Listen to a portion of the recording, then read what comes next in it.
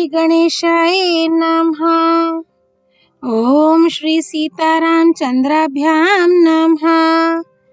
श्रीमद् वाल्मीकि रामायण उत्तरकांड सर्ग 27 से 30। सर्ग 27।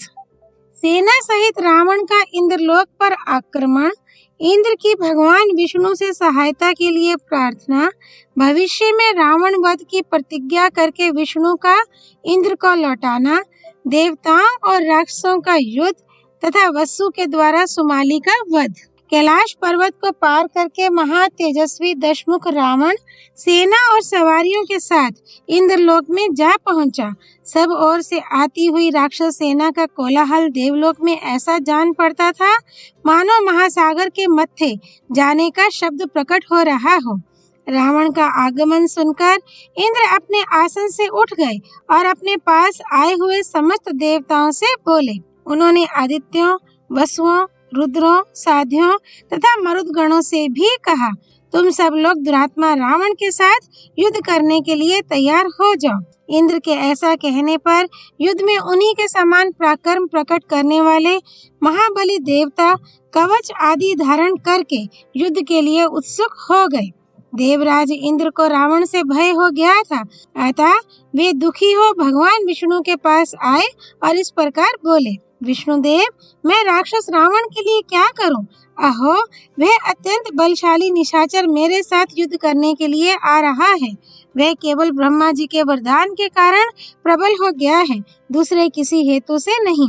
कमल योनि ब्रह्मा जी ने जो वर दे दिया है उसे सत्य करना हम सब लोगों का काम है। अतः जैसे पहले आपके बल का आश्रय लेकर मैंने नमुची, वृत्रासुर, बलि और शंबर आदि असुरों को दग्ध कर डाला है, उसी प्रकार इस समय भी इस असुर का अंत हो जाए, ऐसा कोई उपाय आप ही कीजिए। मधुसूदन, आप देवताओं के भी देवता एवं ईश्वर हैं। इस चराचर त्रिभुवन में आपके सिवा दूसरा कोई ऐसा नहीं है जो हम देवताओं को सहारा दे सके। आप ही हमारे परम आश्रय हैं।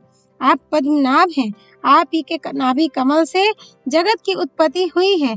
आप ही सनातन देव श्रीमान नारायण हैं। आपने ही इन तीनों लोकों को स्थापित किया है और आपने ही मुझे देवराज इंद्र बनाया है। भगवान, आपने ही स्थावर जंगम प्राणियों सहित इस समस्त त्रिलोकी की सृष्टि की है और परले काल में संपूर्ण भूत आप में ही प्रवेश करते हैं। इसलिए देव, आप ही मुझे कोई ऐसा अमोघ उपाय बताइए जिससे मेरी विजय हो। क्या आप स्वयं चक्र और तलवार लेकर रावण से युद्ध करेंगे? इंद्र के ऐसा कहने पर भगवान नारायण देव बोले, देवराज, तुम्हें भय नहीं करना चाहिए। मेरी बात सुनो। पहली बात तो यह है, इस दुष्टात्मा रावण को संपूर्ण देवता और असुर मिलकर भी ना तो मार सकते हैं और ना परास्त ही कर सकते हैं, क्योंकि वरदान पाने के कारण ये इस समय दुर्जय हो गया है। अपने पुत्र के साथ आया हुआ ये उत्कट बलशाली राक्षस सब प्रकार से महान पराक्रम प्रकट करेगा। ये बात मुझे अपनी स्वाभाविक ज्ञान दृष्टि से दिखाई दे रही है। सुरेश्वर, दूसरी बात जो मुझे कहनी है इस प्रकार है, तुम जो मुझसे कह रहे हो कि आप ही उसके साथ युद्ध कीजिए, उसके उत्तर में निवेदन है कि मैं इस समय युद्ध स्थल में राक्षस रावण का सामना करने के लिए नहीं जाऊंगा। मुझ विष्णु का ये स्वभाव है कि मैं संग्राम में शत्रु का वध किए बिना पीछे नहीं लौटता, परंतु इस समय रावण वरदान से सुरक्षित है, इसलिए उसकी ओर से मेरी इस विजय संबंधिनी इच्छा की पूर्ति होनी कठिन है। परंतु देवेंद्र, शतक्रतो, मैं तुम्हारे समीप इस बात की प्रतिज्ञा करता हूँ कि समय आने पर मैं ही इस राक्षस की मृत्यु का कारण बनूंगा। मैं ही रावण को उसके अग्रगामी सैनिकों सहित मारूंगा और देवताओं को आनंदित करूंगा, परंतु यह तभी होगा जब मैं जान लूंगा कि इसकी मृत्यु का समय आ पहुंचा है। देवराज, ये सब बातें मैंने तुम्हें ठीक ठीक बता दी। महाबलशाली सच्ची वल्लभ, इस समय तो तुम ही देवताओं सहित जाकर उस राक्षस के साथ निर्भय हो युद्ध करो। तदनंतर रुद्र, आदित्य, वसु, मरुदगण और अश्विनी कुमार आदि देवता युद्ध के लिए तैयार होकर तुरंत अमरावती पुरी से बाहर निकले और राक्षसों का सामना करने के लिए आगे बढ़े। इसी बीच में रात बीतते बीतते सब ओर से युद्ध के लिए उद्यत हुई रावण की सेना का महान कोलाहल सुनाई देने लगा। वे महापराक्रमी राक्षस सैनिक सवेरे जागने पर एक दूसरे की ओर देखते हुए बड़े हर्ष और उत्साह के साथ युद्ध के लिए ही आगे बढ़ने लगे। तदनंतर युद्ध के मुहाने पर राक्षसों की उस अनंत एवं विशाल सेना को देखकर देवताओं की सेना में बड़ा क्षोभ हुआ। फिर तो देवताओं का दानवों और राक्षसों के साथ भयंकर युद्ध छिड़ गया। भयंकर कोलाहल होने लगा और दोनों ओर से नाना प्रकार के अस्त्र शस्त्रों की बौछार आरंभ हो गई। इसी समय रावण के मंत्री शूरवीर राक्षस जो बड़े भयंकर दिखाई देते थे युद्ध के लिए आगे बढ़ आए। मारीच, प्रहस्त, महापार्श्व, महोदर, अकंपन, निकुंभ, शुक, शारण, सहलाद, धूमकेतु, महादंष्ट्र, घटोदर, जम्बुमाली, महालाद, विरूपाक्ष, सुप्तघन, यज्ञकोप, दुर्मुख, दूषण, खर, त्रिशिरा, करवीराक्ष, सूर्यशत्रु, महाकाय, आतिकाय, देवांतक तथा नरांतक, इन सभी महापराक्रमी राक्षसों से घिरे हुए महाबली सुमाली ने, जो रावण का नाना था, देवताओं की सेना में प्रवेश किया। उसने कुपित तो नाना प्रकार के पहने अस्त्र शस्त्रों द्वारा समस्त देवताओं को उसी तरह मार भगाया जैसे वायु बादलों को छिन्न भिन्न कर देती है।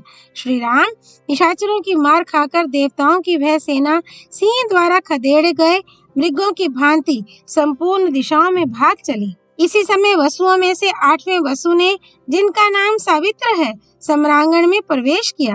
वे नाना प्रकार के अस्त्र शस्त्रों से सुसज्जित एवं उत्साहित सैनिकों से घिरे हुए थे। उन्होंने शत्रु सेनाओं को संत्रस्त करते हुए रणभूमि में पदार्पण किया। इनके सिवा अदिति के 2 महापराक्रमी पुत्र त्वष्टा और पूषा ने अपनी सेना के साथ एक ही समय युद्ध स्थल में प्रवेश किया। वे दोनों वीर निर्भय थे। फिर तो देवताओं का राक्षसों के साथ घोर युद्ध होने लगा।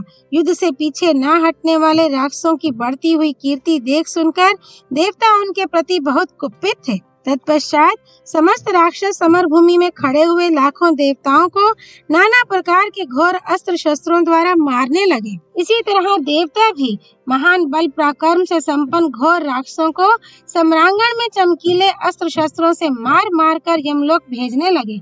श्री राम इसी बीच में सुमाली नामक राक्षस ने कुपित होकर नाना प्रकार के आयुधों द्वारा देव सेना पर आक्रमण किया। उसने अत्यंत क्रोध से भरकर बादलों को छिन्न भिन्न कर देने वाली वायु के समान अपने भांति भांति के तीखे अस्त्र शस्त्रों द्वारा समस्त देव सेना को तितर बितर कर दिया। उसके महान बाणों और भयंकर शूलों एवं प्रासों की वर्षा से मारे जाते हुए सभी देवता युद्ध क्षेत्र में संगठित होकर खड़े न रह सके। सुमाली द्वारा देवताओं के भगाए जाने पर 8वें वसु सावित्र को बड़ा क्रोध हुआ। वे अपनी रथ सेनाओं के साथ आकर उस प्रहार करने वाले निशाचर के सामने खड़े हो गए। महातेजस्वी सावित्र ने युद्ध स्थल में अपने पराक्रम द्वारा सुमाली को आगे बढ़ने से रोक दिया। सुमाली और वसु दोनों में से कोई भी युद्ध से पीछे हटने वाला नहीं था, अतः उन दोनों में महान एवं रोमांचकारी युद्ध छिड़ गया। तदनंतर महात्मा वसु ने अपने विशाल बाणों द्वारा सुमाली के सर्प जुते हुए रथ को क्षण भर में तोड़ फोड़ कर गिरा दिया। युद्ध स्थल में सैकड़ों बाणों से छिदे हुए सुमाली के रथ को नष्ट करके वसु ने उस निशाचर के वध के लिए काल दंड के समान एक भयंकर गदा हाथ में ली, जिसका अग्रभाग अग्नि के समान प्रज्वलित हो रहा था। उसे लेकर सावित्र ने सुमाली के मस्तक पर दे मारा। उसके ऊपर गिरती हुई वह गदा उल्का के समान चमक उठी, मानो इंद्र के द्वारा छोड़ी गई विशाल अश्नि भारी गड़गड़ाहट के साथ किसी पर्वत के शिखर पर गिर रही हो। उसकी चोट लगते ही सम्रांगण में सुमाली का काम तमाम हो गया। न उसकी हड्डी का पता लगा, न मस्तक का, और न कहीं उसका मांस ही दिखाई दिया। वह सब कुछ उस गदा की आग से भस्म हो गया। युद्ध में सुमाली को मारा गया देख वे सब राक्षस एक दूसरे को पुकारते हुए एक साथ चारों ओर भाग खड़े हुए। वसु के द्वारा खदेड़े जाने वाले वे राक्षस समर भूमि में खड़े न रह सके। श्री वाल्मीकि निर्मित आर्ष रामायण आदि काव्य के उत्तर कांड में 27वां सर्ग पूरा हुआ। सर्ग 28 मेघनाद और जयंत का युद्ध। पुलोमा का जयंत को अन्यत्र ले जाना। देवराज इंद्र का युद्ध भूमि में पदार्पण। रुद्रों तथा मरुद गणों द्वारा राक्षस सेना का संहार और इंद्र तथा रावण का युद्ध। सुमाली मारा गया। वसु ने उसके शरीर को भस्म कर दिया और देवताओं से पीड़ित होकर मेरी सेना भागी जा रही है। ये देख रावण का बलवान पुत्र मेघनाद कुपित हो समस्त राक्षसों को लौटाकर देवताओं से लोहा लेने के लिए स्वयं खड़ा हुआ। वह महारथी वीर इच्छानुसार चलने वाले अग्नितुल्य तेजस्वी रथ पर आरूढ़ हो वन में फैलाने वाले प्रज्वलित दावानल के समान उस देव सेना की ओर दौड़ा। नाना प्रकार के आयुध धारण करके अपनी सेना में प्रवेश करने वाले उस मेघनाद को देखते ही सब देवता संपूर्ण दिशाओं की ओर भाग चले। उस समय युद्ध की इच्छा वाले मेघनाद के सामने कोई भी खड़ा न हो सका। तब भयभीत हुए उन समस्त देवताओं को फटकार कर इंद्र ने उनसे कहा, देवताओं, भय ना करो, युद्ध छोड़कर ना जाओ और रण क्षेत्र में लौट आओ। ये मेरा पुत्र जयंत, जो कभी किसी से परास्त नहीं हुआ है, युद्ध के लिए जा रहा है। तदनंतर इंद्रपुत्र जयंत देव अद्भुत सजावट से युक्त रथ पर आरूढ़ हो युद्ध के लिए आया। फिर तो सब देवता शचीपुत्र जयंत को चारों ओर से घेर कर युद्ध स्थल में आए और रावण के पुत्र पर प्रहार करने लगे। उस समय देवताओं का राक्षसों के साथ और महेंद्र कुमार का रावण पुत्र के साथ उनके बल पराक्रम के अनुरूप युद्ध होने लगा। रावण कुमार मेघनाद जयंत के सारथी मातली पुत्र गोमुख पर सुवर्ण भूषित बाणों की वर्षा करने लगा। शचीपुत्र जयंत ने भी मेघनाद के सारथी को घायल कर दिया। तब कुपित हुए मेघनाद ने जयंत को भी सब ओर से शत विक्षत कर दिया। उस समय क्रोध से भरा हुआ बलवान मेघनाद इंद्रपुत्र जयंत को आंखें फाड़ फाड़ कर देखने और बाणों की वर्षा से पीड़ित करने लगा। अत्यंत कुपित हुए रावण कुमार ने देवताओं की सेना पर भी तीखी धार वाले नाना प्रकार के सहस्त्रों अस्त्र शस्त्र बरसाए। उसने शतघनी, मूसल, प्रास, गदा, खड्ग और फरसे गिराए तथा बड़े बड़े पर्वत शिखर भी चलाए। शत्रु सेनाओं के संहार में लगे हुए रावण कुमार की माया से उस समय चारों ओर अंधकार छा गया, अतः समस्त लोग व्यथित हो उठे। तब शची कुमार के चारों ओर खड़ी हुई देवताओं की वह सेना बाणों द्वारा पीड़ित हो अनेक प्रकार से अस्वस्थ हो गई। राक्षस और देवता आपस में किसी को पहचान ना सके। वे जहां तहां बिखरे हुए चारों ओर चक्कर काटने लगे। अंधकार से आच्छादित होकर वे विवेक शक्ति खो बैठे थे। अतः देवता देवताओं को और राक्षस राक्षसों को ही मारने लगे तथा बहुतेरे योद्धा युद्ध से भाग खड़े हुए। इसी बीच में पराक्रमी वीर दैत्यराज पुलोमा युद्ध में आया और शचीपुत्र जयंत को पकड़कर वहां से दूर हटा ले गया। वह शची का पिता और जयंत का नाना था, अतः अपने दोहित्र को लेकर समुद्र में घुस गया। देवताओं को जब जयंत के गायब होने की बात मालूम हुई, तब उनकी सारी खुशी छिन गई और वे दुखी होकर चारों ओर भागने लगे। उधर अपनी सेनाओं से घिरे हुए रावण कुमार मेघनाद ने अत्यंत कुपित हो देवताओं पर धावा किया और बड़े जोर से गर्जना की। पुत्र लापता हो गया और देवताओं की सेना में भगदड़ मच गई है। ये देखकर देवराज इंद्र ने मातली से कहा, मेरा रथ ले आओ। मातली ने एक सजा सजाया महाभयंकर दिव्य एवं विशाल रथ लाकर उपस्थित कर दिया। उसके द्वारा हांका जाने वाला वह रथ बड़ा ही वेगशाली था। तदनंतर उस रथ पर बिजली से युक्त महाबली मेघ उसके अग्रभाग में वायु से चंचल हो बड़े जोर जोर से गर्जना करने लगे। देवेश्वर इंद्र के निकलते ही नाना प्रकार के बाजे बज उठे। गंधर्व एकाग्र हो गए और अप्सराओं के समूह नृत्य करने लगे। तत्पश्चात रुद्रों, वसुओं, आदित्यों, अश्विनी कुमारों और मरुद गणों से घिरे हुए देवराज इंद्र नाना प्रकार के अस्त्र शस्त्र साथ लिए पुरी से बाहर निकले। इंद्र के निकलते ही प्रचंड वायु चलने लगी। सूर्य की प्रभा फीकी पड़ गई और आकाश से बड़ी बड़ी उल्काएं गिरने लगी। इसी बीच में प्रतापी वीर दशग्रीव भी विश्वकर्मा के बनाए हुए दिव्य रथ पर सवार हुआ। उस रथ में रोंगटे खड़े कर देने वाले विशालकाय सर्प लिपटे हुए थे। उनकी निश्वास वायु से वह रथ उस युद्ध स्थल में ज्वलित सा जान पड़ता था। दैत्यों और निशाचरों ने उस रथ को सब ओर से घेर रखा था। सम्रांगण की ओर बढ़ता हुआ रावण का वह दिव्य रथ महेंद्र के सामने जा पहुंचा। रावण अपने पुत्र को रोककर स्वयं ही युद्ध के लिए खड़ा हुआ। तब रावण पुत्र मेघनाद युद्ध स्थल से निकलकर चुपचाप अपने रथ पर जा बैठा। फिर तो देवताओं का राक्षसों के साथ घोर युद्ध होने लगा। जल की वर्षा करने वाले मेघों के समान देवता युद्ध स्थल में अस्त्र शस्त्रों की वर्षा करने लगे। राजन, दुष्ट आत्मा कुंभकर्ण नाना प्रकार के अस्त्र शस्त्र लिए किसके साथ युद्ध करता था, इसका पता नहीं लगता था। अर्थात मतवाला होने के कारण अपने और पराये सभी सैनिकों के साथ जूझने लगता था। वह अत्यंत कुपित हो दांत, लात, भुजा, हाथ, शक्ति, तोमर और मुदगर आदि जो ही पाता उसी से देवताओं को पीटता था। वह निशाचर महाभयंकर रुद्रों के साथ भिड़कर घोर युद्ध करने लगा। संग्राम में रुद्रों ने अपने अस्त्र शस्त्रों द्वारा उसे ऐसा शत विक्षत कर दिया था कि उसके शरीर में थोड़ी सी भी जगह बिना घाव के नहीं रह गई थी। कुंभकर्ण का शरीर शस्त्रों से व्याप्त हो खून की धारा बहा रहा था। उस समय वह बिजली तथा गर्जना से युक्त जल की धारा गिराने वाले मेघ के समान जान पड़ता था। तदनंतर घोर युद्ध में लगी हुई उस सारी राक्षस सेना को रणभूमि में नाना प्रकार के अस्त्र शस्त्र धारण करने वाले रुद्रों और मरुद गणों ने मार भगाया। कितने ही निशाचर मारे गए, कितने ही कटकर धरती पर लौटने और चिटपटाने लगे और बहुत से राक्षस प्राणहीन हो जाने पर भी उस रणभूमि में अपने वाहनों पर ही चिपटे रहे। कुछ राक्षस रथों, हाथियों, गधों, ऊंटों, सर्पों, घोड़ों, शिशुमारों, वराहों तथा पिशाच मुख वाहनों को दोनों भुजाओं से पकड़कर उनसे लिपटे हुए निश्चेष्ट हो गए थे। कितने ही जो पहले से मूर्छित होकर पड़े थे, मूर्छा दूर होने पर उठे, किंतु देवताओं के शस्त्रों से छिन्न भिन्न हो मौत के मुख में चले गए। प्राणों से हाथ धोकर धरती पर पड़े हुए उन समस्त राक्षसों का इस तरह युद्ध में मारा जाना जादू सा आश्चर्यजनक जान पड़ता था। युद्ध के मुहाने पर खून की नदी बह चली, जिसके भीतर अनेक प्रकार के शस्त्र ग्रहों का भ्रम उत्पन्न करते थे। उस नदी के तट पर चारों ओर गीद और कौवे छा गए थे। इसी बीच में प्रतापी दशग्रीव ने जब देखा कि देवताओं ने हमारे समस्त सैनिकों को मार गिराया है, तब उसके क्रोध की सीमा ना रही। वह समुद्र के समान दूर तक फैली हुई देव सेना में घुस गया और सम्रांगण में देवताओं को मारता एवं धराशायी करता हुआ तुरंत ही इंद्र के सामने जा पहुंचा। तब इंद्र ने जोर जोर से टंकार करने वाले अपने विशाल धनुष को खींचा। उसकी टंकार ध्वनि से दसों दिशाएं प्रतिध्वनित हो उठी।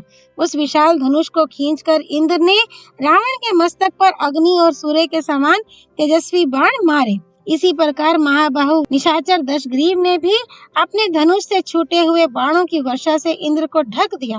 वे दोनों घोर युद्ध में तत्पर हो जब बाणों की वृष्टि करने लगे, उस समय सब और सब कुछ अंधकार से आच्छादित हो गया। किसी को किसी भी वस्तु की पहचान नहीं हो पाती थी। श्री वाल्मीकि निर्मित आर्ष रामायण आदि काव्य के उत्तर कांड में 28वां सर्ग पूरा हुआ। सर्ग 29।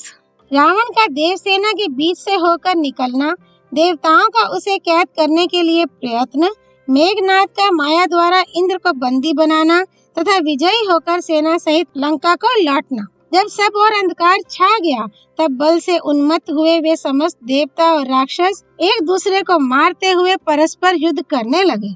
उस समय देवताओं की सेना ने राक्षसों के विशाल सैन्य समूह का केवल 10वां हिस्सा युद्ध भूमि में खड़ा रहने दिया। शेष सब राक्षसों को यमलोक पहुंचा दिया। उस तामस युद्ध में समस्त देवता और राक्षस परस्पर जूझते हुए एक दूसरे को पहचान नहीं पाते थे। इंद्र, रावण और रावण पुत्र महाबली मेघनाद, ये तीन ही उस अंधकाराच्छन्न सम्रांगण में मोहित नहीं हुए थे। रावण ने देखा मेरी सारी सेना क्षण भर में मारी गई, तब उसके मन में बड़ा क्रोध हुआ और उसने बड़ी भारी गर्जना की। उस दुर्जय निशाचर ने रथ पर बैठे हुए अपने सारथी से क्रोध पूर्वक कहा, सूत, शत्रुओं की इस सेना का जहाँ तक अंत है, वहाँ तक तुम इस सेना के मध्य भाग से होकर मुझे ले चलो। आज मैं स्वयं अपने पराक्रम द्वारा नाना प्रकार के शस्त्रों की मूसलाधार वृष्टि करके इन सब देवताओं को यमलोक पहुंचा दूंगा।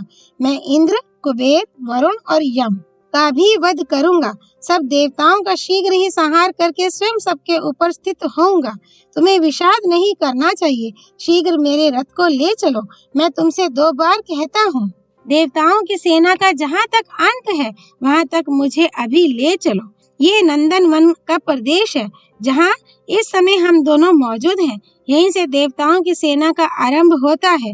अब तुम मुझे उस स्थान तक ले चलो जहाँ उद्याचल है। नंदन वन से उद्याचल तक देवताओं की सेना फैली हुई है। रावण की यह बात सुनकर सारथी ने मन के समान वेगशाली घोड़ों को शत्रु सेना के बीच से हाँक दिया। रावण के इस निश्चय को जानकर समर भूमि में रथ पर बैठे हुए देवराज इंद्र ने उन देवताओं से कहा, देवगण मेरी बात सुनो। मुझे तो यही अच्छा लगता है कि इस निशाचर दशग्रीव को जीवित अवस्था में ही भली भांति कैद कर लिया जाए। यह अत्यंत बलशाली राक्षस वायु के समान वेगशाली रथ के द्वारा इस सेना के बीच में होकर उसी तरह तीव्र गति से आगे बढ़ेगा जैसे पूर्णिमा के दिन उताल तरंगों से युक्त समुद्र बढ़ता है। ये आज मारा नहीं जा सकता क्योंकि ब्रह्मा जी के वरदान के प्रभाव से पूर्णतः निर्भय हो चुका है। इसलिए हम लोग इस राक्षस को पकड़कर कैद कर लेंगे। तुम लोग युद्ध में इस बात के लिए पूरा प्रयत्न करो। जैसे राजा बलि के बांध लिए जाने पर ही मैं तीनों लोकों के राज्य का उपभोग कर रहा हूँ, उसी प्रकार इस पापी निशाचर को बंदी बना लिया जाए। यही मुझे अच्छा लगता है। महाराज श्री राम ऐसा कहकर इंद्र ने रावण के साथ युद्ध करना छोड़ दिया और दूसरी ओर जाकर सम्रांगण में राक्षसों को भयभीत करते हुए वे उनके साथ युद्ध करने लगे। युद्ध से पीछे न हटने वाले रावण ने उत्तर की ओर से देव सेना में प्रवेश किया और देवराज इंद्र ने दक्षिण की ओर से राक्षस सेना में। देवताओं की सेना 400 कोस तक फैली हुई थी। राक्षस राज रावण ने उसके भीतर घुसकर समूची देव सेना को बाणों की वर्षा से ढक दिया। अपनी विशाल सेना को नष्ट होती देख इंद्र ने बिना किसी घबराहट के दशमुख रावण का सामना किया और उसे चारों ओर से घेरकर युद्ध से विमुख कर दिया। इसी समय रावण को इंद्र के चंगुल में फंसा हुआ देख दानवों तथा राक्षसों ने हाय हम मारे गए ऐसा कहकर बड़े जोर से आर्तनाद किया। तब रावण का पुत्र मेघनाद क्रोध से अचेत सा हो गया और रथ पर बैठकर अत्यंत कुपित हो उसने शत्रु की भयंकर सेना में प्रवेश किया। पूर्व काल में पशुपति महादेव जी से उसको जो तमोमयी महामाया प्राप्त हुई थी उसमें प्रवेश करके उसने अपने को छिपा लिया और अत्यंत क्रोध पूर्वक शत्रु सेना में घुसकर उसे खदेड़ना आरंभ किया। वह सब देवताओं को छोड़कर इंद्र पर ही टूट पड़ा, परंतु महातेजस्वी इंद्र अपने शत्रु के उस पुत्र को देख ना सके। महापराक्रमी देवताओं की मार खाने से यद्यपि वहां रावण कुमार का कवच नष्ट हो गया था, तथापि उसने अपने मन में तनिक भी भय नहीं किया। उसने अपने सामने आते हुए मातली को उत्तम बाणों से घायल करके सहायकों की झड़ी लगाकर पुनः देवराज इंद्र को भी ढक दिया। तब इंद्र ने रथ को छोड़कर सारथी को विदा कर दिया और ऐरावत हाथी पर आरूढ़ हो वे रावण कुमार की खोज करने लगे। मेघनाद अपनी माया के कारण बहुत प्रबल हो रहा था।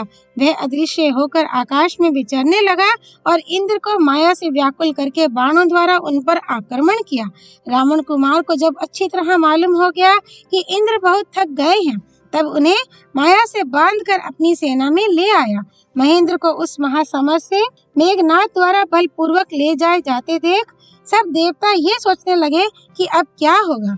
ये युद्ध विजयी मायावी राक्षस स्वयं तो दिखाई देता नहीं, इसीलिए इंद्र पर विजय पाने में सफल हुआ है।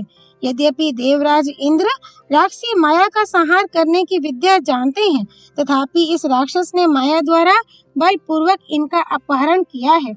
ऐसा सोचते हुए वे सब देवता उस समय रोष से भर गए और रावण को युद्ध से विमुख करके उस पर बाणों की झड़ी लगाने लगे। रावण आदित्यों और वसुओं का सामना पड़ जाने पर युद्ध में उनके सम्मुख ठहर ना सका, क्योंकि शत्रुओं ने उसे बहुत पीड़ित कर दिया था।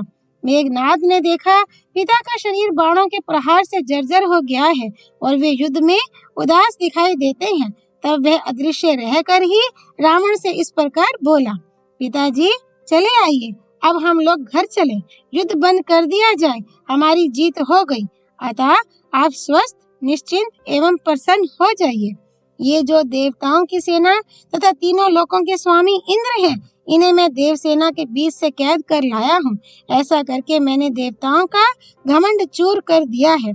आप अपने शत्रु को बलपूर्वक कैद करके इच्छा अनुसार तीनों लोकों का राज्य भोगिए। यहाँ व्यर्थ श्रम करने से आपको क्या लाभ है? अब युद्ध से कोई प्रयोजन नहीं है। मेघनाद की यह बात सुनकर सब देवता युद्ध से निवृत्त हो गए और इंद्र को साथ लिए बिना ही लौट गए। अपने पुत्र के उस प्रिय वचन को आदर पूर्वक सुनकर महान बलशाली देवद्रोही तथा सुविख्यात राक्षस राज रावण युद्ध से निवृत्त हो गया और अपने बेटे से बोला, सामर्थ्यशाली पुत्र, अपने अत्यंत बल के अनुरूप पराक्रम प्रकट करके आज तुमने जो इन अनुपम बलशाली देवराज इंद्र को जीता और देवताओं को भी परास्त किया है, इससे ये निश्चय हो गया कि तुम मेरे कुल और वंश के यश और सम्मान की वृद्धि करने वाले हो। बेटा, इंद्र को रथ पर बैठाकर तुम सेना के साथ यहाँ से लंकापुरी को चलो। मैं भी अपने मंत्रियों के साथ शीघ्र ही प्रसन्नता पूर्वक तुम्हारे पीछे पीछे आ रहा हूँ। पिता की यह आज्ञा पाकर पराक्रमी रावण कुमार मेघनाथ देवराज को साथ ले सेना और सवारियों सहित अपने निवास स्थान को लौटा। वहां पहुंचकर उसने युद्ध में भाग लेने वाले निशाचरों को विदा कर दिया। श्री वाल्मीकि निर्मित आर्ष रामायण आदि काव्य के उत्तर कांड में 29वां सर्ग पूरा हुआ। सर्ग 30। ब्रह्मा जी का इंद्रजित को वरदान देकर इंद्र को उसकी कैद से छुड़ाना और उनके पूर्वकृत पाप कर्म को याद दिलाकर उनसे वैष्णव यज्ञ का अनुष्ठान करने के लिए कहना, उस यज्ञ को पूर्ण करके इंद्र का स्वर्गलोक में जाना। रावण पुत्र मेघनाथ जब अत्यंत बलशाली इंद्र को जीतकर अपने नगर में ले गया, तब संपूर्ण देवता प्रजापति ब्रह्मा जी को आगे करके लंका में पहुंचे। ब्रह्मा जी आकाश में खड़े खड़े ही पुत्रों और भाइयों के साथ बैठे हुए रावण के निकट जा उसे कोमल वाणी में समझाते हुए बोले, बस रावण, युद्ध में तुम्हारे पुत्र की वीरता देखकर मैं बहुत संतुष्ट हुआ हूँ। अहो, इसका उदार पराक्रम तुम्हारे समान या तुमसे भी बढ़कर है। तुमने अपने तेज से समस्त त्रिलोकी पर विजय पाई है और अपनी प्रतिज्ञा सफल कर ली है, इसलिए पुत्र सहित तुम पर मैं बहुत प्रसन्न हूँ। रावण, तुम्हारा ये पुत्र अतिशय बलशाली और पराक्रमी है। आज से ये संसार में इंद्रजित के नाम से विख्यात होगा। राजन, ये राक्षस बड़ा बलवान और दुर्जय होगा, जिसका आश्रय लेकर तुमने समस्त देवताओं को अपने अधीन कर लिया। महाबाहो, अब तुम पाक शासन इंद्र को छोड़ दो और बताओ, इन्हें छोड़ने के बदले में देवता तुम्हें क्या दें? तब युद्ध विजयी महातेजस्वी इंद्रजित ने स्वयं ही कहा, देव, यदि इंद्र को छोड़ना है तो मैं इसके बदले में अमृत लेना चाहता हूँ। ये सुनकर महातेजस्वी प्रजापति ब्रह्मा जी ने मेघनाथ से कहा, बेटा, इस भूतल पर पक्षियों, चपाइयों तथा महातेजस्वी मनुष्य आदि प्राणियों में से कोई भी प्राणी सर्वथा अमर नहीं हो सकता। भगवान ब्रह्मा जी की कही हुई ये बात सुनकर इंद्र विजयी महाबली मेघनाथ ने वहाँ खड़े हुए अविनाशी ब्रह्मा जी से कहा, भगवान, यदि सर्वथा अमृत प्राप्त होना असंभव है, तब इंद्र को छोड़ने के संबंध में जो मेरी दूसरी शर्त है, जो दूसरी सिद्धि प्राप्त करना मुझे अभीष्ट है, उसे सुनिए। मेरे विषय में ये सदा के लिए नियम हो जाए कि जब मैं शत्रु पर विजय पाने की इच्छा से संग्राम में उतरना चाहूँ और मंत्र युक्त हवन की आहुति से अग्नि देव की पूजा करूँ, उस समय अग्नि से मेरे लिए एक ऐसा रथ प्रकट हो जाया करे जो घोड़ों से जुता जुताया तैयार हो और उस पर जब तक मैं बैठा रहूं तब तक मुझे कोई भी मार ना सके। यही मेरा निश्चित वर है। यदि युद्ध के निमित्त किए जाने वाले जप और होम को पूर्ण किए बिना ही मैं सम्रांगण में युद्ध करने लगूं, तभी मेरा विनाश हो। देव, सब लोग तपस्या करके अमृत प्राप्त करते हैं, परंतु मैंने पराक्रम द्वारा इस अमृत का वरण किया है। ये सुनकर भगवान ब्रह्मा जी ने कहा, एवं अस्तु, ऐसा ही हो। इसके बाद इंद्रजित ने इंद्र को मुक्त कर दिया और सब देवता उन्हें साथ लेकर स्वर्गलोक को चले गए। श्री राम, उस समय इंद्र का देवोचित तेज नष्ट हो गया था। वे दुखी हो चिंता में डूबकर अपनी पराजय का कारण सोचने लगे। भगवान ब्रह्मा जी ने उनकी इस अवस्था को लक्ष्य किया और कहा, शतक्रतो, यदि आज तुम्हें इस अपमान से शोक और दुख हो रहा है तो बताओ, पूर्व काल में तुमने बड़ा भारी दुष्कर्म क्यों किया था? प्रभो देवराज, पहले मैंने अपनी बुद्धि से जिन प्रजाओं को उत्पन्न किया था, उन सब की अंग कांति, भाषा, रूप और अवस्था सभी बातें एक जैसी थी। उनके रूप और रंग आदि में परस्पर कोई विलक्षणता नहीं थी। तब मैं एकाग्रचित होकर उन प्रजाओं के विषय में विशेषता लाने के लिए कुछ विचार करने लगा। विचार के पश्चात उन सब प्रजाओं की अपेक्षा विशिष्ट प्रजा को प्रस्तुत करने के लिए मैंने एक नारी की सृष्टि की। प्रजाओं के प्रत्येक अंग में जो जो अद्भुत विशिष्टता, सारभूत सौंदर्य था, उसे मैंने उसके अंगों में प्रकट किया। उन अद्भुत रूप गुणों से उपलक्षित जिस नारी का मेरे द्वारा निर्माण हुआ था, उसका नाम हुआ अहिल्या। इस जगत में हल कहते हैं कुरूपता को। उससे जो निंदनीयता प्रकट होती है, उसका नाम हल्ले है। जिस नारी में हल्ले निंदनीय रूप ना हो वह अहिल्या कहलाती है। इसीलिए वह नवनिर्मित नारी अहिल्या नाम से विख्यात हुई। मैंने ही उसका नाम अहिल्या रख दिया था। देवेंद्र, सुरश्रेष्ठ, जब उस नारी का निर्माण हो गया तब मेरे मन में यह चिंता हुई कि यह किसकी पत्नी होगी। प्रभो, पुरंदर, देवेंद्र, उन दिनों तुम अपने स्थान और पद की श्रेष्ठता के कारण मेरी अनुमति के बिना ही मन ये समझने लगे थे कि ये मेरी ही पत्नी होगी। मैंने धरोहर के रूप में महर्षि गौतम के हाथ में उस कन्या को सौंप दिया। वह बहुत वर्षों तक उनके यहाँ रही। फिर गौतम ने उसे मुझे लौटा दिया। महामुनि गौतम के उस महान स्थैर्य, इंद्रिय संयम तथा तपस्या विषयक सिद्धि को जानकर मैंने वह कन्या पुनः उन्हीं को पत्नी रूप में दे दी। धर्मात्मा महामुनि गौतम उसके साथ सुखपूर्वक रहने लगे। जब अहिल्या गौतम को दे दी गई तब देवता निराश हो गए। तुम्हारे तो क्रोध की सीमा ना रही। तुम्हारा मन काम के अधीन हो चुका था, इसलिए तुमने मुनि के आश्रम पर जाकर अग्निशिखा के समान प्रज्वलित होने वाली उस दिव्य सुंदरी को देखा। इंद्र, तुमने कुपित और काम से पीड़ित होकर उसके साथ बलात्कार किया। उस समय उन महर्षि ने अपने आश्रम में तुम्हें देख लिया। देवेंद्र, इससे उन परम तेजस्वी महर्षि को बड़ा क्रोध हुआ और उन्होंने तुम्हें शाप दे दिया। उसी शाप के कारण तुमको इस विपरीत दिशा में आना पड़ा है, शत्रु का बंदी बनना पड़ा है। उन्होंने शाप देते हुए कहा, वासव, शक्र, तुमने निर्भय होकर मेरी पत्नी के साथ बलात्कार किया है, इसलिए तुम युद्ध में जाकर शत्रु के हाथ में पड़ जाओगे। दुर्बुद्धे, तुम जैसे राजा के दोष से मनुष्य लोक में भी ये जार भाव प्रचलित हो जाएगा, जिसका तुमने स्वयं यहाँ सूत्रपात किया है, इसमें संशय नहीं है। जो जार भाव से पापाचार करेगा उस पुरुष पर उस पाप का आधा भाग पड़ेगा और आधा तुम पर पड़ेगा, क्योंकि इसके प्रवर्तक तुम ही हो। निस्संदेह तुम्हारा ये स्थान स्थिर नहीं होगा। जो कोई भी देवराज के पद पर प्रतिष्ठित होगा वह वहाँ स्थिर नहीं रहेगा। ये शाप मैंने इंद्रमात्र के लिए दे दिया है। ये बात मुनि ने तुमसे कही थी। फिर उन महातपस्वी मुनि ने अपनी उस पत्नी को भी भली भांति डांट फटकार कर कहा, दुष्टे, तू मेरे आश्रम के पास ही अदृश्य होकर रहे और अपने रूप सौंदर्य से भ्रष्ट हो जा।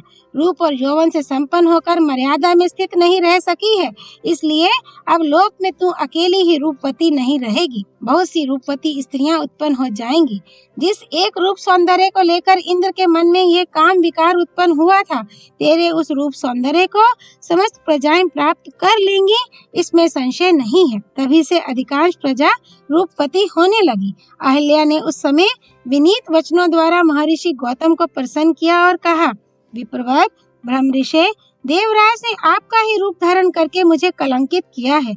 मैं उसे पहचान ना सकी थी, अतः अनजान में मुझसे ये अपराध हुआ है, स्वेच्छाचारवश नहीं। इसलिए आपको मुझ पर कृपा करनी चाहिए।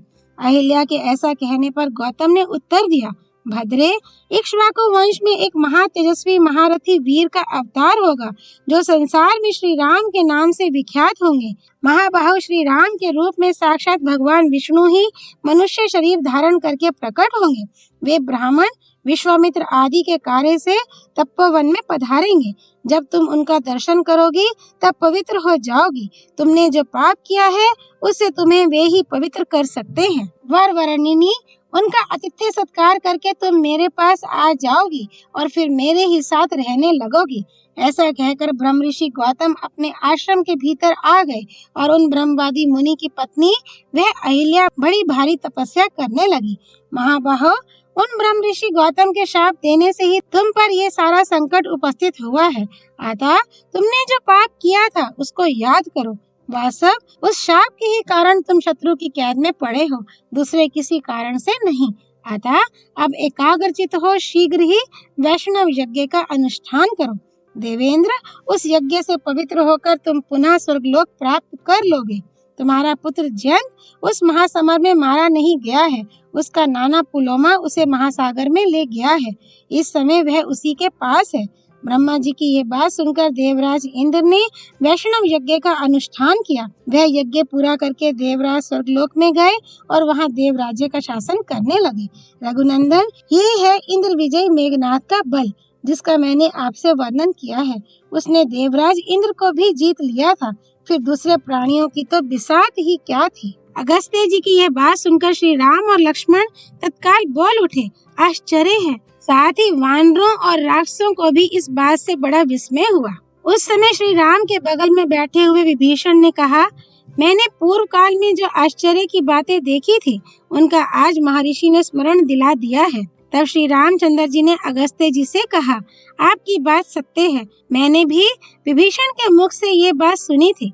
फिर अगस्त्य जी बोले, श्री राम, इस प्रकार पुत्र सहित रावण संपूर्ण जगत के लिए कंटक रूप था, जिसने देवराज इंद्र को भी संग्राम में जीत लिया था। श्री वाल्मीकि निर्मित आश्रमान आदि काव्य के उत्तर कांड में 30वां सर्ग पूरा हुआ। सियापति रामचंद्र की जय। राम भक्त श्री हनुमान जी की जय। राम जन्मभूमि अयोध्यापुरी धाम की जय। सरयू नदी की जय। माँ गौरीपति देवों के देव महादेव भगवान शिव शंकर की जय। श्रीमद् वाल्मीकि रामायण की जय। महर्षि वाल्मीकि मुनि की जय। श्री हरि अर्पणमस्तु।